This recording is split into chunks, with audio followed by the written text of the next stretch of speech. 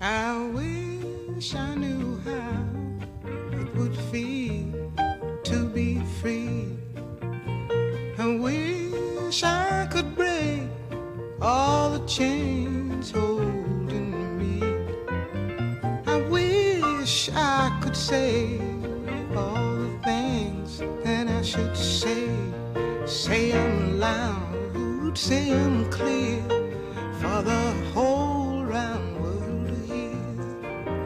I wish I could share all the love that's in my heart. Remove all the bars that keep us apart. I wish you could know what it means to be me. Then you'd see and agree that every man should be free. I wish I could give all I'm longing to give. I wish I could live like I'm longing to live.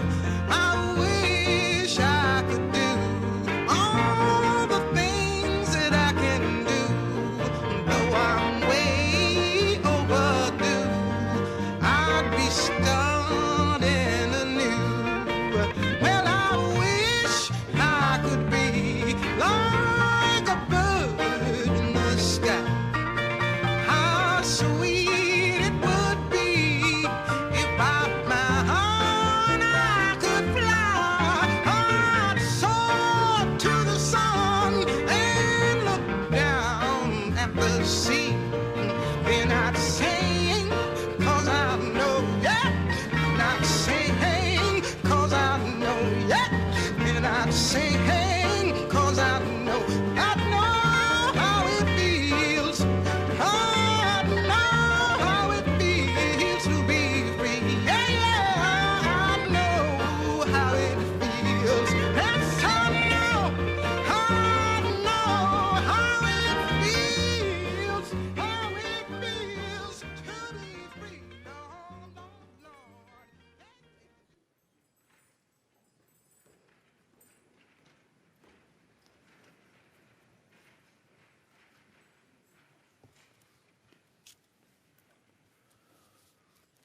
Dames en heren, namens het college van bestuur van de Erasmus Universiteit en de raad van bestuur van het Erasmus MC heet ik u van harte welkom. En een bijzonder welkom gaat uit naar collega professor Jeanine Roeters van Lennep, evenals haar familie, vrienden, collega's en studenten. Vandaag zijn we hier bijeengekomen voor de inaugurele rede van professor Roeters van Lennep ter gelegenheid van haar benoeming tot hoogleraar cardiovasculaire preventie met focus op seksenspecifieke factoren, een rol die zij zal vervullen binnen de afdeling interne geneeskunde. Professor Roeters van Lennep is sinds 2010 werkzaam als internist vasculaire geneeskunde binnen het Erasmus MC en is in 2019 benoemd tot universitair hoofddocent. En al die jaren heeft zij zich ingezet voor de preventie van hart- en vaatziekten, waarbij haar bijzondere aandacht uitgaat naar de seksenspecifieke factoren die een rol spelen in cardiovasculaire risico's en behandelingen. Haar onderzoek is ontzettend breed, maar draait daarbij vooral om precisiegeneeskunde in de cardiovasculaire zorg. En in plaats van een soort traditionele one-size-fits-all benadering wil zij de zorg optimaliseren door het afstemmen van diagnostiek en behandelingen op die individuele patiënt. Haar werk richt zich onder andere op het verbeteren van de vroegdiagnostiek bij hoogrisicopopulaties en ze gebruikt daarbij vernieuwende klinisch-wetenschappelijke methoden die direct bijdragen aan de praktijk van de patiëntenzorg. Ze is dus echt een klinisch onderzoeker, een clinician scientist puur sang.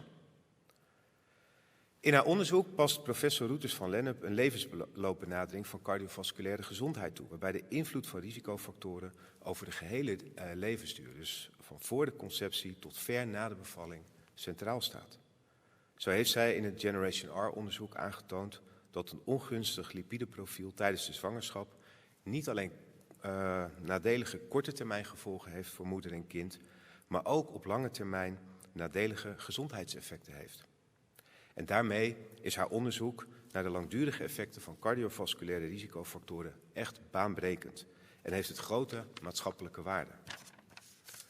Daarnaast speelt haar werk ook in op de maatschappelijke urgentie van het thema, want hart- en vaatziekten zijn wereldwijd, zoals we weten, de belangrijkste doodsoorzaak, met name voor vrouwen.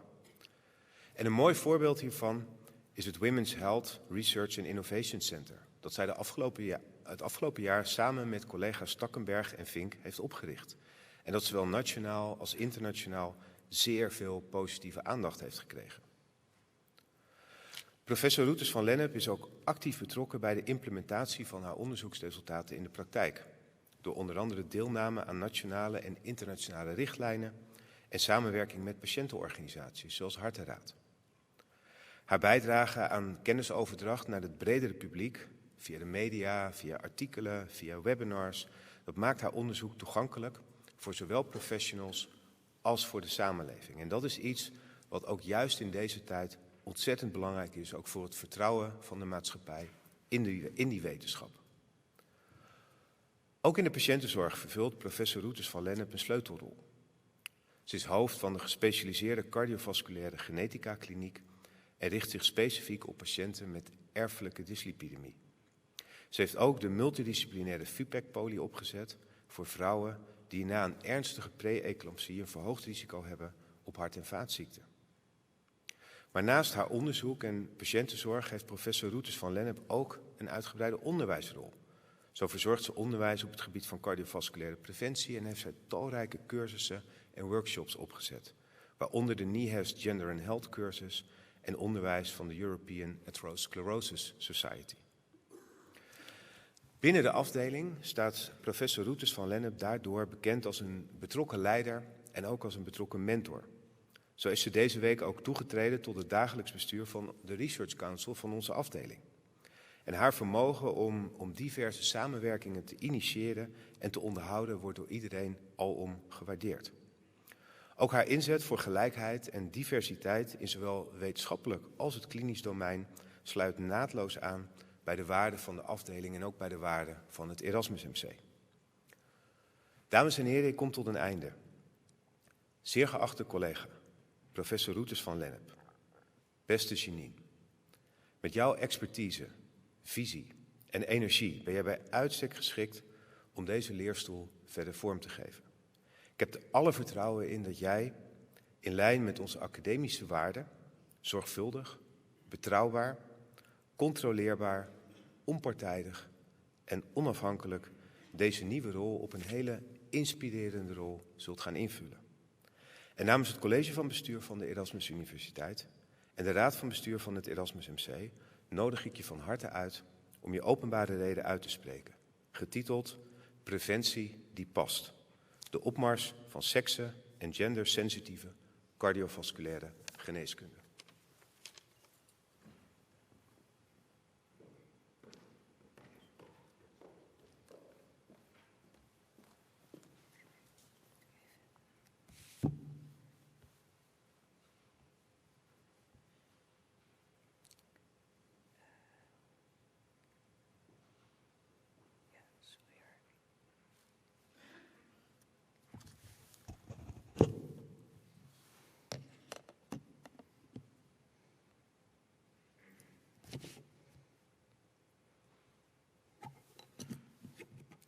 Geachte rector magnificus, decaan, leden van de raad van bestuur, beste collega's, studenten, familie, vrienden en patiënten, zeer gewaardeerde gasten die weer en wind hebben doorstaan om hier te zijn. En ook de gasten online. Er komt een patiënt bij de dokter. Het is interessant om na te gaan welk beeld dat als eerste oproept. Waarom gaat die patiënt naar de dokter? Is die patiënt ziek of gaat de patiënt naar de dokter juist om niet ziek te worden? Wat is het beeld van die dokter? Is het een vrouw of een man? oud of jong? Waar komt die dokter vandaan? En hoe ziet de patiënt eruit? Is het een vrouw, een man, een kind en maakt dit uit? In de komende 45 minuten zal ik u aan de hand van dit beeld vertellen hoe deze aspecten raken aan mijn leerstoel cardiovasculaire preventie met focus op seksenspecifieke factoren. Ik neem u mee naar hoe mijn interesse voor dit onderwerp is ontstaan en de reis die heeft geleid tot deze feestelijke dag. Ik zal u vertellen over mijn onderzoek, mijn visie op gezondheidszorg en in het bijzonder op preventie van hart- en vaatziekten. Waarom seksen- en gendersensitiviteit, zowel voor vrouwen als mannen, beter onderzoek en betere gezondheidszorg oplevert. De holistische kijk op vrouwengezondheid en tenslotte over de positie van vrouwen in de wetenschap. Hart- en vaatziekten zijn wereldwijd de belangrijkste doodsoorzaak voor vrouwen en mannen en gaan gepaard met hoge maatschappelijke kosten, zowel economisch als in ziektelast. In Nederland hebben 1,7 miljoen mensen een hart- of vaatziekte. En vanwege de vergrijzing en de obesitas-pandemie wordt verwacht dat het aantal patiënten met een hart- of vaatziekte in 2019 verder stijgt naar 1,9 miljoen. Hart- en vaatziekten komen dus voor, zowel bij vrouwen als mannen, maar er zijn wel verschillen in de leeftijd waarop hart- en vaatziekten optreden, het soort hart- en vaatziekten, de klachtenpresentatie, de risicofactoren, de diagnostiek en de behandeling. De verschillen tussen vrouwen en mannen hebben te maken met zowel seksen als gender. Ik zal u eerst deze begrippen met u doornemen en hierbij voorbeelden noemen hoe dit een rol speelt bij hart- en vaatziekten. Seksen verwijst naar de biologische kenmerken die iemands geslacht definiëren. Hieronder vallen de voortplantingsorganen, maar ook chromosomen en hormonen.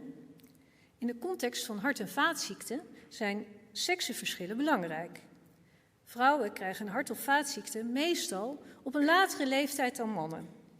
Vrouwelijke geslachtshormonen, zoals oestrogenen, hebben een gunstig effect op de vaatwand en daarmee hebben vrouwen een biologisch voordeel. Gender gaat over de sociale en culturele normen, zoals rollen, gedrag en identiteit.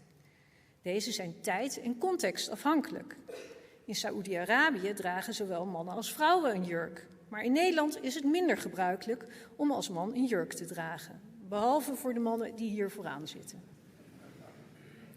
Zorg- en huishoudtaken worden vaker door vrouwen gedaan dan mannen. Ook dit is een voorbeeld van gender. In de context van hart- en vaatziekten zien we dat vrouwen minder vaak meedoen aan geneesmiddelenonderzoek. De redenen die hiervoor genoemd worden zijn dat de extra afspraken in het ziekenhuis in het kader van onderzoek een barrière voor vrouwen vormen, omdat zij dit niet kunnen combineren met zorgtaken thuis.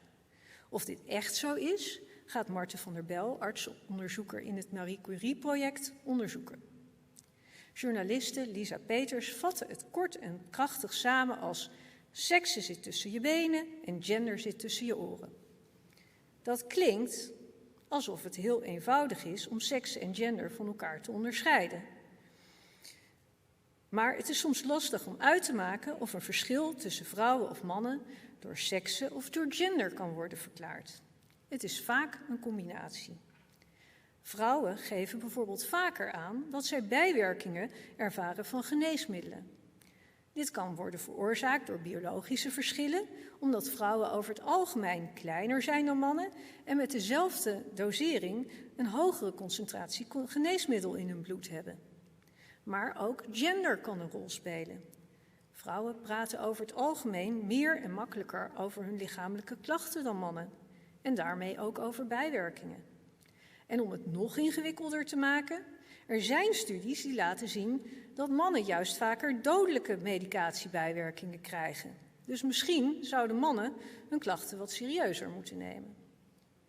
In ieder geval is het belangrijk om meer onderzoek te doen naar vrouw-man verschillen in bijwerkingen in de ontwikkeling van nieuwe medicatie, maar ook de lange termijn effecten van medicijnen te bestuderen die al worden gebruikt.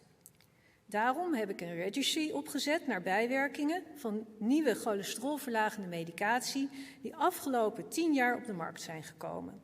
om zo meer te leren over bijwerkingen bij vrouwen en mannen. Een ander voorbeeld is dat vrouwen vaker ongemerkt een hartinfarct hebben doorgemaakt. Zoals artsonderzoeker Julianne van Oort-Mersum recent weer in de Rotterdam-studie aantoonde. Maar ook daar is het weer niet duidelijk of vrouwen door biologische verschillen vaker een hartinfarct krijgen met weinig of zelfs geen klachten, of dat vrouwen wel klachten hadden, maar dat deze niet erkend werden als hartinfarct door vrouwen zelf of door hun zorgverlener en daarom het hartinfarct is gemist. U ziet, elke waarneming is als een kaleidoscoop, waarbij hoe langer je kijkt er elke keer weer een nieuw facet verschijnt. Maar hoe is mijn interesse voor dit vakgebied gewekt? Aanvankelijk wilde ik absoluut geen arts worden. Maar dat veranderde nadat ik een jaar vergelijkende literatuurwetenschappen in Canterbury had gestudeerd en ik de maatschappelijke impact miste. Dat was voor mij de voornaamste reden om geneeskunde te studeren en is nog steeds mijn drijfveer als arts en wetenschapper.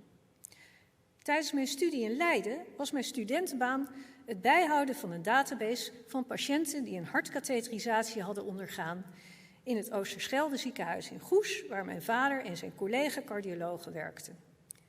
Nu verschenen in die tijd verschillende artikelen die aantoonden dat vrouwen met hartklachten bij hun eerste hartkatheterisatie ziekere kransslagaders hadden dan mannen, omdat ze later werden doorverwezen. En ook dat vrouwen met kransslagaderlijden minder vaak bypassoperaties en dotterbehandelingen kregen. Dit werd het Jentel-syndroom genoemd, naar het verhaal van Isaac Singer, ook bekend van de film met Barbara Streisand. Het verhaal ging over een vrouw die alleen mocht studeren als ze zich verkleedde als man. De analogie was dat vrouwen met hartklachten niet serieus werden genomen, puur omdat zij een vrouw waren. Op verzoek van de cardioloog in Goes heb ik onderzocht of zij zich ook schuldig maakte aan het Jentel-syndroom.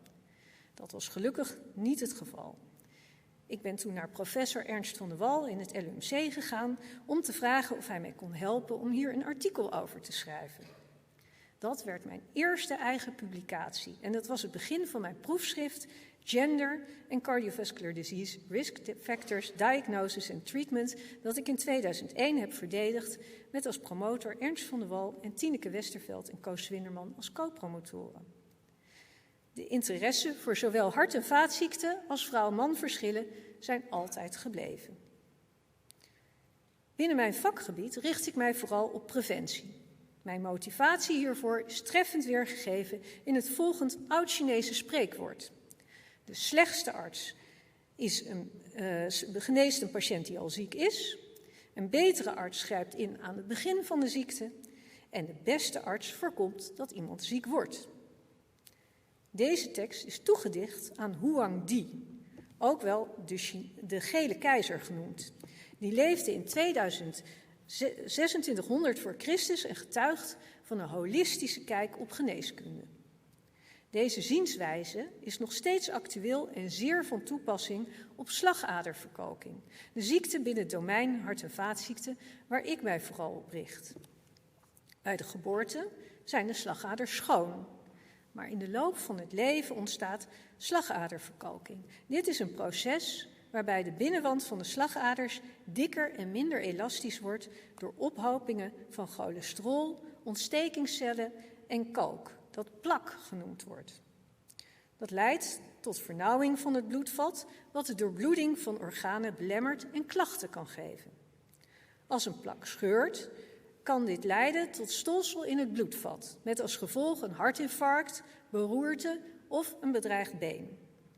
Als dat eenmaal heeft plaatsgevonden, kan een cardioloog een hartinfarct of een neuroloog een beroerte behandelen en een vaatchirurg kan een been redden met een operatie, maar dat blijft symptoombehandeling. Op dit moment krijgt iedereen met een hartinfarct of beroerte dezelfde behandeling. En dat komt omdat we nog niet goed onderscheid kunnen maken wat de beste behandeling is voor een specifieke patiënt. Met het ATRONET-consortium zullen wij de komende jaren onderzoeken hoe wij de behandeling beter op de individuele patiënt kunnen aanpassen op basis van unieke karakteristieken van de patiënt. Hiervoor willen we gebruik maken van de kenmerken van de plaques, De risicofactoren die iemand heeft, inclusief ontstekingscellen en DNA, maar ook de eigenschappen van slagaderverkalking op beeldvorming, zoals op een CT-scan. In het Erasmus MC zal artsonderzoeker Karst Adriaanses met behulp van de meest geavanceerde CT-scans plaks en ontsteking van de vaatwand in kaart brengen, met als doel onderzoeken of wij op basis hiervan medicijnen kunnen aanpassen, zodat een patiënt een behandeling op maat krijgt. Het bijzondere aan dit consortium is dat het onderzoekers van alle universitaire medische centra met elkaar verbindt en ook basale onderzoekers samenwerken met klinici. In plaats van met elkaar te concurreren gaan we nu onze krachten bundelen met als doel onze breinkracht in te zetten voor de patiënt. Als internist vasculaire geneeskunde is mijn primaire doel om hart- en vaatziekten te voorkomen. En daarom focus ik mij op de risicofactoren voor slagaderverkalking. Onderzoeken tonen aan dat beïnvloedbare risicofactoren tot 90% van de hartinfarcten kunnen verklaren. De meest bekende zijn de universele risicofactoren, zoals hoge bloeddruk, diabetes en verhoogd cholesterol.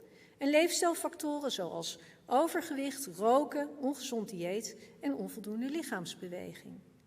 Dit zijn risicofactoren die zowel voor vrouwen als mannen gelden, waarbij roken en diabetes nog meer impact hebben op het risico op hart- en vaatziekten bij vrouwen dan mannen. Daarnaast zijn er ook nog seksenspecifieke risicofactoren. Risicofactoren die alleen vrouwen of mannen hebben. Voorbeelden van vrouwspecifieke risicofactoren zijn zwangerschapscomplicaties, zoals zwangerschapsdiabetes en hoge bloeddruk in de zwangerschap. Maar ook een vroege menopauze is geassocieerd met een verhoogd risico op hart- en vaatziekten. Hoe eerder de menopauze, hoe hoger het risico. Daarnaast hebben vrouwen met aandoeningen van de baarmoeder, zoals endometriose en vleesbomen, meer kans op hart- en vaatziekten. Er zijn ook manspecifieke risicofactoren, zoals erectiele dysfunctie.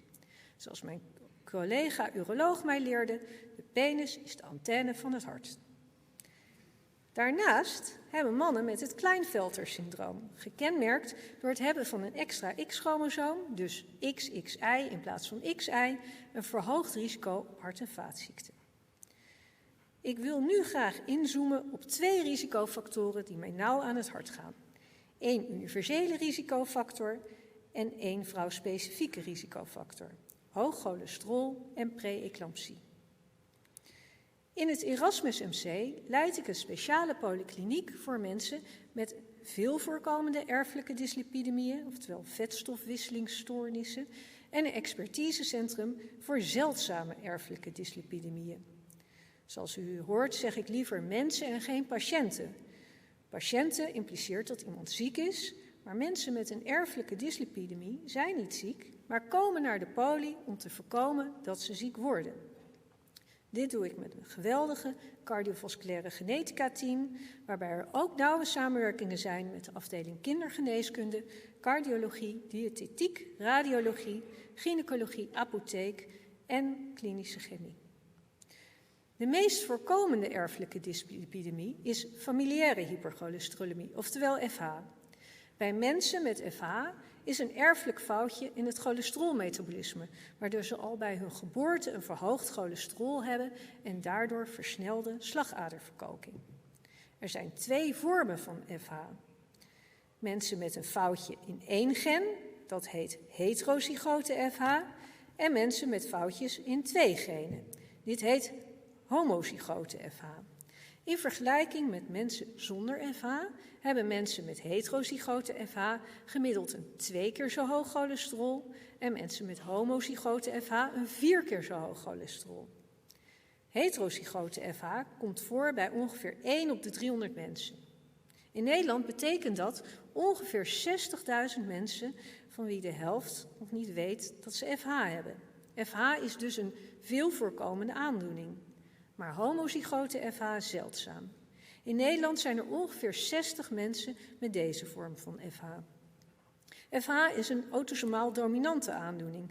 En dat betekent dat iemand met FH 50% kans heeft om het verkeerde gen door te geven. Als er 1 persoon met FH is gediagnosticeerd, weten we dat er ook 1 ouder is met FH en broers en zussen en kinderen alle 50% kans hebben op FH. Om iedereen op tijd op te sporen, doen wij familieonderzoek, ook wel cascadescreening genoemd. Waarbij we alle eerstegraads familieleden testen op FH. Want als FH niet op tijd ontdekt wordt, hebben mensen met FH een sterk verhoogd risico op vroegtijdige hart- en vaatziekten. En bij vrouwen is de impact van FH op de kans op het ontwikkelen van hart- en vaatziekten nog groter dan bij mannen. Dat is het slechte nieuws. Maar het goede nieuws is dat een tijdige diagnose en daarmee behandeling de kans op hart- en vaatziekten terug kan brengen naar hetzelfde risico als mensen zonder FH. Daarom zien we kinderen met FH vanaf 6 tot 8 jaar op de poli, zodat ze tijdig kunnen starten met een gezonde leefstijl en indien nodig medicatie. Zo doe ik zelf familiepoli, waarbij ik zowel kinderen als hun ouders en soms ook hun grootouders behandel. Het belang van vroege behandeling van FH wordt nu steeds meer en meer erkend. Onlangs heb ik samen met mijn Amsterdamse collega Bert Wiegman en heel veel internationale experts het nieuwe consensusdocument geschreven over de diagnostiek en behandeling van kinderen met FH, dat dit jaar zal worden gepubliceerd en veel impact zal hebben op de behandeling van kinderen met FH. Ik had heel graag de gele keizer Huang Di willen rondleiden op mijn poli. Hij zou genoten hebben van mijn gezonde patiënten. Mijn patiënten zijn bevoorrecht dat er voor hun aandoening zoveel effectieve en veilige medicijnen beschikbaar zijn. Des te verontrustender is dat sociale media bol staan van misinformatie over cholesterol, waarbij aan de meest uiteenlopende producten cholesterolverlagende eigenschappen worden toegeschreven. Van komkommer en kurkuma tot aan rauwe uiensap. Aan de andere kant zijn er ook websites die beweren dat hoog cholesterol zelfs goed voor je zou zijn en dat statines levensgevaarlijk zijn.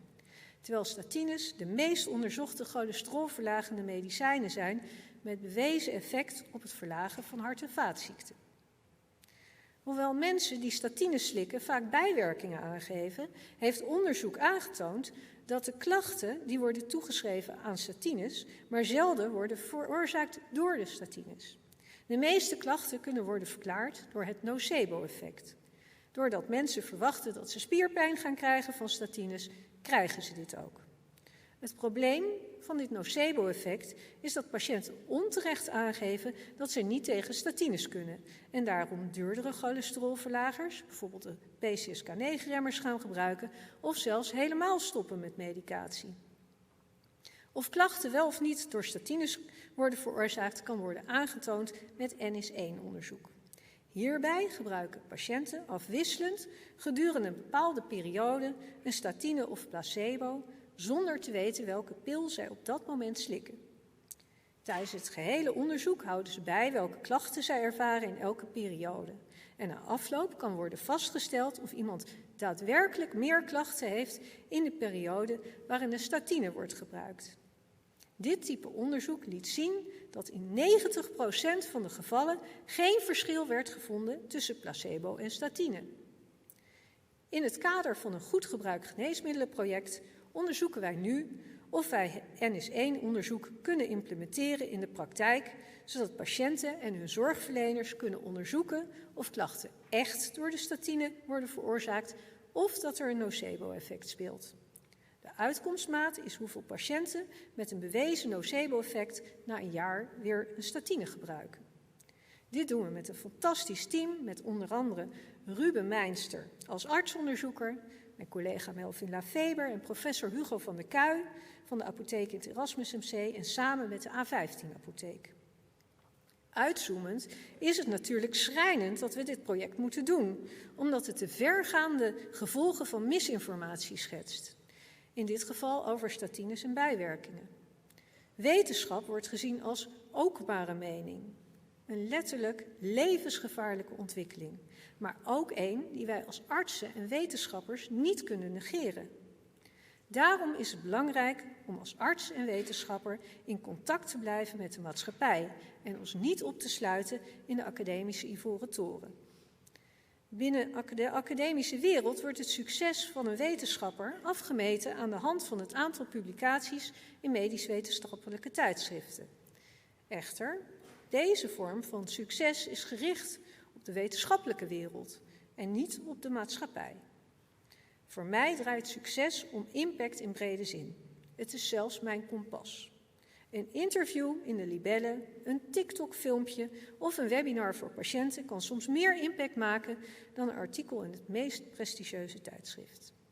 Door betrouwbare informatie over cholesterol te delen, hoop ik mensen weer wat meer vertrouwen te geven in de medische wereld, zodat ze bijvoorbeeld weer een statine opnieuw gaan innemen. Ik weet dat dit nog steeds een controversieel standpunt is binnen de over het algemeen conservatieve medische wetenschappelijke wereld. Maar toch is er wel beweging. Een voorbeeld hiervan is het MWO-programma Erkennen en Waarderen, dat als doel heeft om wetenschappelijke resultaten in de volle breedte te beoordelen en waarbij er ruimte is voor een bredere definitie van impact. In mijn visie is het essentieel voor de toekomst van de wetenschap en patiëntenzorg om nog nauwer samen te werken met mensen uit de samenleving en onze patiënten. Zowel in het ontwerpen en uitvoeren van onderzoek, maar ook in het implementeren van kennis in de praktijk en de communicatie hierover. Het voorbeeld van het dossier cholesterol is wat mij betreft een dieptepunt dat laat zien wat er gebeurt als je dit laat liggen. Ik zal daarom ook komende jaren onverminderd mijn bijdrage leveren aan de brug tussen wetenschappen en samenleving. Terug naar de spreekkamer. De patiënt in mijn spreekkamer kan dus een kind zijn, een meisje of een jongen, of een man of een vrouw die zwanger is of niet. En dat maakt uit. De levensloop van een meisje of vrouw is anders dan van een jongen of man. Met de levensloopbenadering in gedachten zijn er verschillende fasen te onderscheiden van een vrouw. De kinderleeftijd, de puberteit vanaf de eerste menstruatie, de vruchtbare periode met de menstruele cyclus en eventuele zwangerschappen en borstvoeding en vervolgens de overgang gekenmerkt door de perimenopauze, menopauze en postmenopauze. Deze fasen hebben invloed op heel veel aspecten van gezondheid, zo ook cholesterol.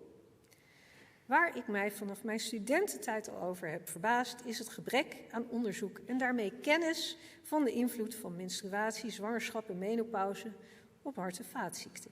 In presentaties laat ik dan vaak deze woestijn zien, als the desert of knowledge, als beeld hoe weinig deze aspecten zijn onderzocht. Hoewel velen mij hebben gewaarschuwd om vooral geen onderzoek te doen naar vrouwspecifieke factoren, omdat het ingewikkeld is en de kans op subsidies laag is, omdat beoordelaars het onderwerp niet aantrekkelijk vinden, heb ik deze goed bedoelde adviezen niet opgevolgd. Misschien was dat niet handig voor mijn carrière op korte termijn. Maar gelukkig ontmoette ik Kirsten Holven, mijn Noorse partner in crime, die dezelfde interesses bleek te hebben. En sindsdien hebben we ons samen toegelegd op de groepen die het eerste naar de reddingsboot mogen, maar die binnen wetenschappelijk onderzoek het meest in de steek worden gelaten. Vrouwen en kinderen. We hebben een Nederlands-Noors pact, waarbij we zoveel mogelijk onderzoek zowel in Nederland als in Noorwegen uitvoeren. In de loop van de jaren hebben we veel gezamenlijk onderzoek gedaan, waarbij we onder andere hebben aangetoond dat meisjes met FH vanaf de geboorte een hoger cholesterol hebben dan jongens met FH. We doen onderzoek naar de invloed van de menstruele cyclus en het gebruik van de anticonceptiepil op cholesterolwaardes. En ook hebben we een gezamenlijke onderzoekslijn wat de invloed is van het stichten van een gezin voor vrouwen met FH. In de bijsluiter van bijna alle cholesterolverlagende medicatie, inclusief statines, staat dat deze niet mogen worden gebruikt in de zwangerschap en tijdens borstvoeding. Dit betekent voor vrouwen met FH dat hun medicijnen worden gestopt vanaf het moment dat ze een actieve kinderwens hebben tot ze zijn gestopt met borstvoeding. En daarmee missen zij potentieel jarenlang hun behandeling. Hoe lang deze periode is, was niet bekend. Dit komt omdat deze gegevens niet worden genoteerd in de patiëntendossiers. Om deze vraag te beantwoorden moesten we ons dus wenden tot de vrouwen zelf. We hebben een pilot gedaan waarbij 102 Nederlandse en Noorse vrouwen met FH aangaven hoe lang zij cholesterolverlagende medicatie onderbraken vanwege kinderwens, zwangerschap en borstvoeding. De belangrijkste resultaten waren dat vrouwen gemiddeld 25% van de potentiële behandeltijd misten vanwege het stichten van een gezin. En ook gaven 25% van de vrouwen aan dat zij eerder stopten met borstvoeding om weer te kunnen herstarten met hun medicatie. Naar aanleiding hiervan hebben we een Europese vragenlijst uitgezet, waarbij bijna 1000 vrouwen hebben meegedaan. En die resultaten zijn we nu aan het analyseren, waarbij we ook onderzoeken of er een relatie is tussen het langdurig stoppen met medicatie en het krijgen van hart- en vaatziekten op lange termijn. Daarnaast is er meer onderzoek nodig of het terecht is dat statines niet mogen worden gebruikt in de zwangerschap en tijdens borstvoeding. De reden dat statines niet mogen worden gebruikt tijdens de zwangerschap is omdat het mogelijk een verhoogd risico op aangeboren afwijkingen zou geven. Maar dit is steeds meer achterhaald. Omdat er verschillende onderzoeken verschenen die lieten zien dat het risico op aangeboren afwijkingen niet hoger is bij vrouwen die statines gebruiken in de zwangerschap in vergelijking met vrouwen die voor de zwangerschap stopten met statines. Dit hebben we onlangs weer bevestigd in Noorse data. De Amerikaanse toezichthouder voor geneesmiddelen, FDA, heeft daarom het sterkste verbod op statines in de zwangerschap al opgeheven. En we zijn momenteel in gesprek met de Europese toezichthouder voor geneesmiddelen, EMA, om na te gaan wat er nodig is om ook in Europa de adviezen wat betreft statines in de zwangerschap te herzien. Statines mogen ook niet worden gebruikt tijdens borstvoeding. Bijzonder is dat het nooit goed onderzoek is gedaan of statines in relevante concentraties in de moedermelk terechtkomen. Eigenlijk ongelooflijk, want statines zijn al meer dan 30 jaar op de markt. Op dit moment doen wij onderzoek waarbij we statineconcentraties in de moedermelk meten om dit kennishiaat te dichten. Tijdens de overgang stijgt het cholesterol bij vrouwen. Dit is één van de vele effecten van de overgang. Samen met het multidisciplinaire menopauzeconsortium gaan we de effecten van menopauze op het vrouwenlichaam onderzoeken. En samen met professor Mariam Kavouzi leid ik het hart- en vaatziektenwerkpakket, waarbij we samen met Yvonne Lauwers en Lotte Paulus en Shanna Schonewiele als artsonderzoekers onder andere onderzoeken hoe het komt dat het cholesterol stijgt in de menopauze, wanneer en bij wie het meest. En ook gaan we onderzoeken wat de overgang betekent voor de behandeling van vrouwen met FH. Stijgt hun cholesterol nog meer? Hebben ze meer medicatie nodig en wordt dit op tijd aangepast?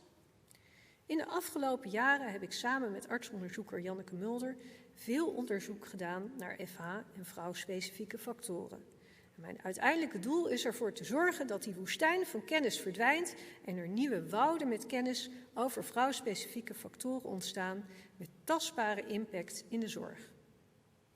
Een ander voorbeeld van een seksenspecifieke risicofactor is pre-eclampsie.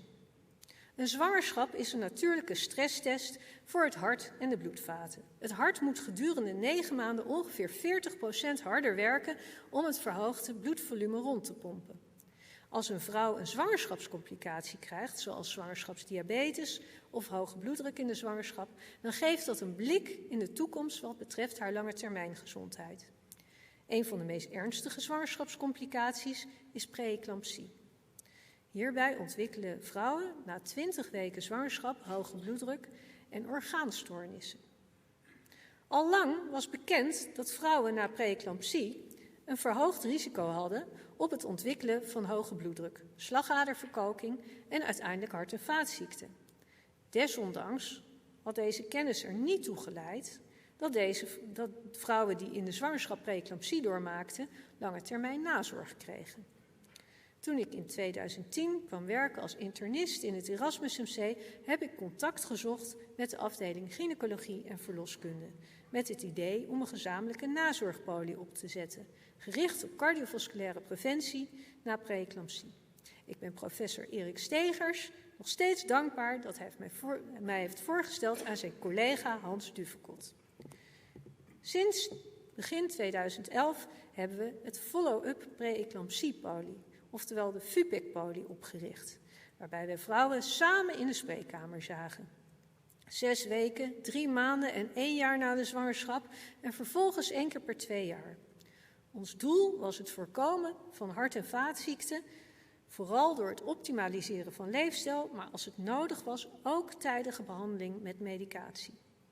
De vrouwen op onze poli hadden niet alleen vragen over hart- en vaatziekten, maar ook over hun afgelopen zwangerschap en een eventuele volgende zwangerschap.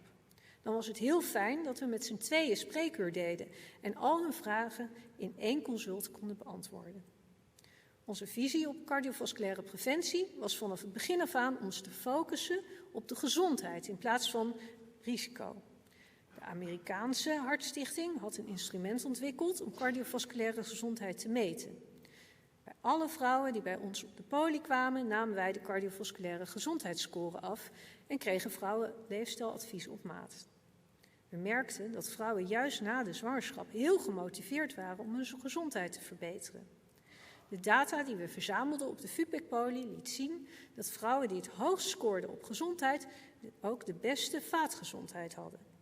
Het belang van een optimale cardiovasculaire gezondheid is recent ook weer bevestigd in een groot onderzoek uit het Verenigd Koninkrijk. En daaruit bleek dat vrouwen die preeclampsie of andere zwangerschapsvergiftigingen complicaties hadden, doorgemaakt in een uitstekende cardiovasculaire gezondheid hadden, geen verhoogd risico meer hadden op hart- en vaatziekten, in vergelijking met vrouwen zonder zwangerschapscomplicaties. Samen met Koen Verdonk en Langeza Saleh mocht ik een commentaar schrijven, waarbij we het belang van deze studie konden toelichten. Namelijk dat vrouwen na preeclampsie niet per definitie veroordeeld zijn tot een verhoogd risico op hart- en vaatziekten, maar dat door tijdige preventie het tijd te keren is. Een andere belangrijke bevinding vanuit de VUPEC-poli was dat 1 jaar na de bevalling meer dan 40% van de vrouwen al een vorm van verhoogde bloeddruk had. We wisten wel dat vrouwen die preeclampsie hadden doorgemaakt een verhoogd risico hadden op het ontwikkelen van hypertensie, maar dat dit zo vaak en zo snel na de bevalling al optrad, was ook voor ons een verrassing. De resultaten van de VUPEC-poli, samen met vele andere studies, waren aanleiding om de richtlijnen voor nazorg van vrouwen die hoge bloeddruk in de zwangerschap hadden te herzien. Het was een lang proces, maar we zijn ontzettend trots dat er nu een gezamenlijke richtlijn is voor gynaecologen, internisten, cardiologen en huisartsen, waarbij alle vrouwen bij wie de zwangerschap gecompliceerd was door hoge bloeddruk standaard nazorg krijgen. Primair bij de huisarts, maar met korte lijntjes naar de 2e of 3e lijn indien nodig. En daarmee hebben we onze poli grotendeels overbodig gemaakt. En dat past helemaal in het concept van juiste zorg, juiste plek. We gaan verder met de VUPEC in het afgeslankte vorm. En ook met het onderzoek naar preeclampsie en hart- en vaatziekten, want er is nog veel kennis nodig. We weten nog steeds niet waarom vrouwen die preeclampsie hadden vaker hart- en vaatziekten krijgen. En ook niet welke vrouwen na preeclampsie wel en welke niet hoge bloeddruk en slagaderverkalking krijgen. Dit onderzoek doe ik samen met Sahil Sapnani als artsonderzoeker en mijn collega's Koen Verdonk, Langeza Saleh, Hans Duvekot, Jori Versmissen, Gaïnda Gosseini, professor Jan Danser en vele anderen. Het is duidelijk dat er nog veel te verbeteren is op het gebied van gezondheid voor vrouwen binnen het domein hart- en vaatziekten. Echter, zowel in onderzoek als patiëntenzorg is de traditionele kijk nog vaak dat vrouwengezondheid gedefinieerd wordt door aandoeningen van de baarmoeder en borstkanker, de zogenaamde bikinivisie. Een verwijzing naar de gebieden die worden bedekt door de bikini. En daarmee voelen zorgverleners en wetenschappers op andere gebieden zich niet verbonden met vrouwengezondheid. Maar een vrouwenlichaam houdt zich niet aan silo's. Dus als men zich alleen hierop focust, zoals in de eerder gepubliceerde Nationale Strategie Vrouwengezondheid, dan zal er weinig veranderen en dat zou een gemiste kans zijn. Ik ben altijd nieuwsgierig geweest hoe seksen en gender invloed hebben op de gezondheidszorg, ook buiten mijn eigen vakgebied. En het blijkt dat alle zorgverleners en onderzoekers die ik hierover bevroeg wel een voorbeeld konden noemen binnen hun vakgebied. De MDO-arts, voormalig voorzitter van de Raad van Bestuur en minister van VWS, vertelde mij bijvoorbeeld dat het voor vrouwen pijnlijker was om een darmonderzoek te ondergaan, omdat vrouwen lossere banden in hun buik hebben dan mannen en het daarom lastiger is om de colonoscoop op te voeren. Maar ook de uroloog vertelde dat blaaskanker later bij vrouwen wordt gediagnosticeerd dan bij mannen. Bij een vrouw wordt bloed in de urine aanvankelijk vaak aangezien als menstruatiebloed of een blaasontsteking. En daarmee wordt de diagnostiek naar blaaskanker vertraagd. Samen met Mariam Kavouzi heb ik in 2013 de Women's Health Course opgezet, waarbij vrouwengezondheid vanuit verschillende disciplines werd benaderd. De eerste keer was heel bijzonder en onvergetelijk. Karen Bloemen kwam de cursus openen met een speciaal voor de gelegenheid gemaakt lied. Later hebben we de cursus omgedoopt tot Gender in Health. En inmiddels werken we samen met ZonMW, dat een Gender in Research Fellowship voor jonge onderzoekers heeft opgericht, en een zustercursus Gender in Research. Beide cursussen maken deel uit van het prestigieuze Erasmus Summer Program. In het Erasmus MC hebben Greet Vink, Hanneke Takkenberg en ik samen met veel onderzoekers en klinici van verschillende afdelingen afgelopen jaar het Women's Health Research and Innovation Center opgericht. En hiermee hopen wij bij te dragen aan een holistische, transdisciplinaire vrouwengezondheid met de levensloop als leidraad en de focus op gezondheid.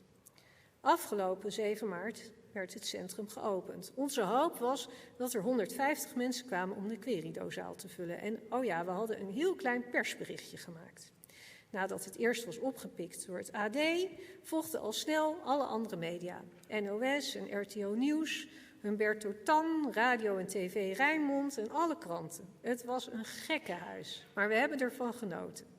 De opening was een daverend succes, dankzij krachtige woorden van Ingrid Thijssen, voorzitter NVNO-NCW, professor Angela Maas en onze burgemeester Carola Schouten. Maar ook dankzij de inbreng van die collega's die samen met patiënten lieten zien waarom de focus op vrouwengezondheid zo belangrijk is. Sinds de opening hebben talloze mensen, bedrijven en instanties contact gezocht. Van studenten die ons centrum hadden gekozen als goed doel voor hun roeiregatta, een delegatie van beleidsmakers uit Kenia met interesse in Women's Health, de staatssecretaris en ambtenaren van VWS, tot een uitnodiging om bij te dragen aan een rapport van een consultatie over vrouwengezondheid in Europa vanuit het Europees Parlement. De tractie, zoals dat tegenwoordig heet, op dit onderwerp is enorm. Zowel binnen als buiten het Erasmus MC. We hebben ontzettend veel ideeën om impact te maken. En daar gaan we de komende jaren aan werken. En daarbij is het belangrijk dat wij niet het enige Netherlands Women's Health Center blijven, maar dat er een netwerk komt van Women's Health Center in de verschillende UMC's en technische universiteiten. Nog verder uitzoomend is vrouwengezondheid onderdeel van de positie van de vrouw in de wetenschap. Het klassieke John en Jennifer onderzoek liet het effect van impliciete gender bias zien. Bij een identiek cv voor wetenschappelijke staf werd dit anders beoordeeld als er op het cv John of Jennifer stond.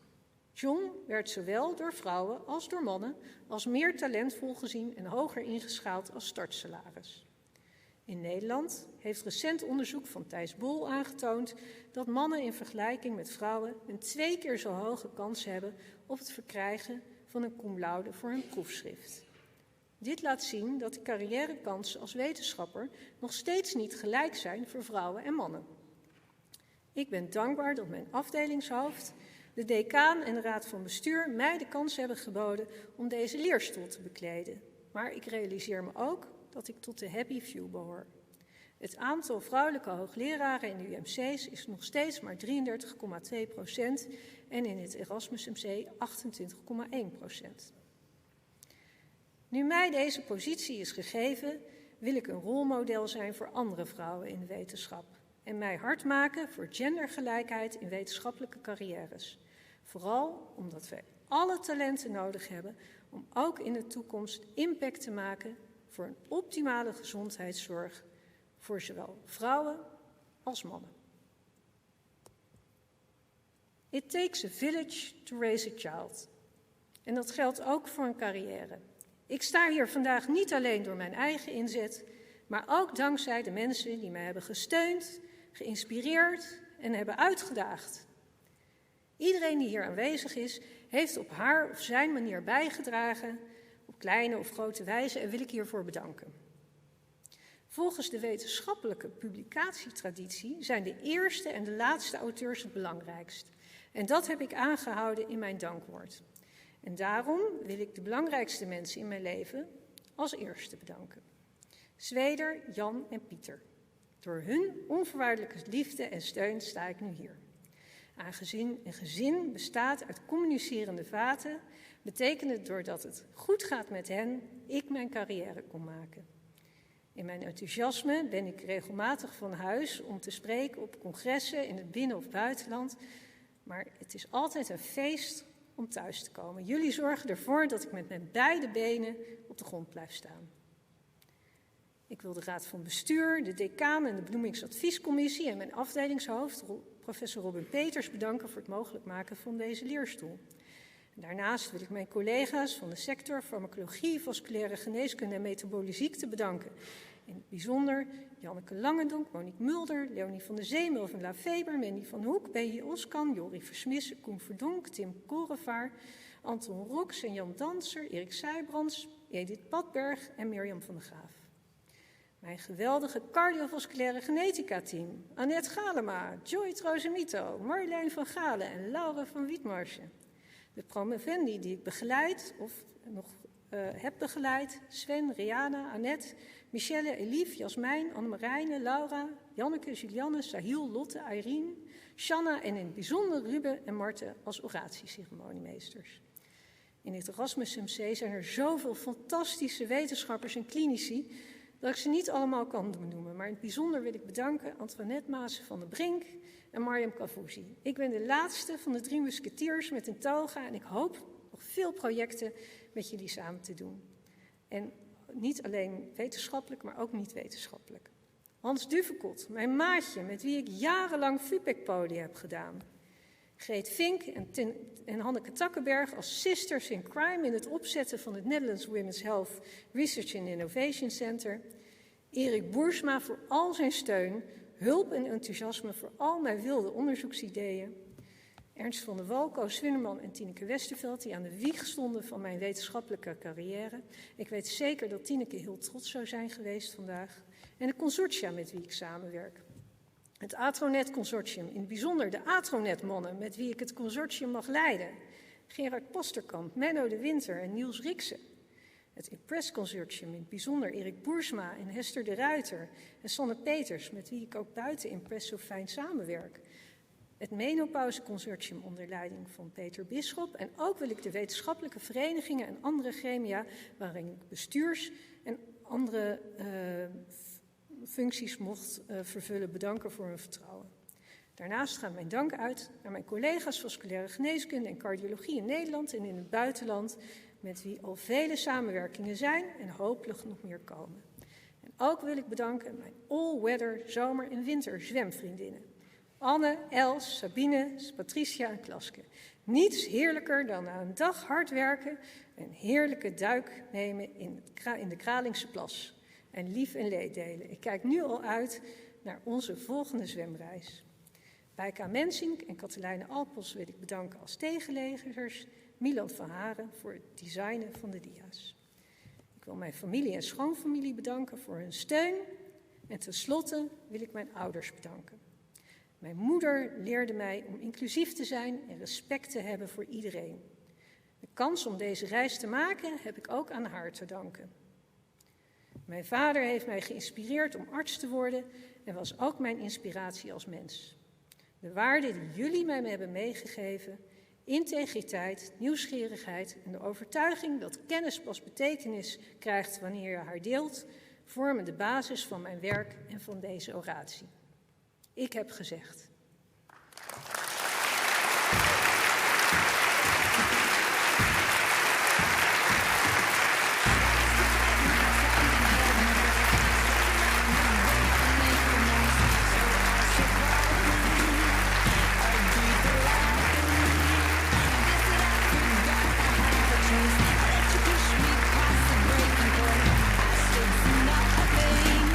So I fell for everything. You held me down.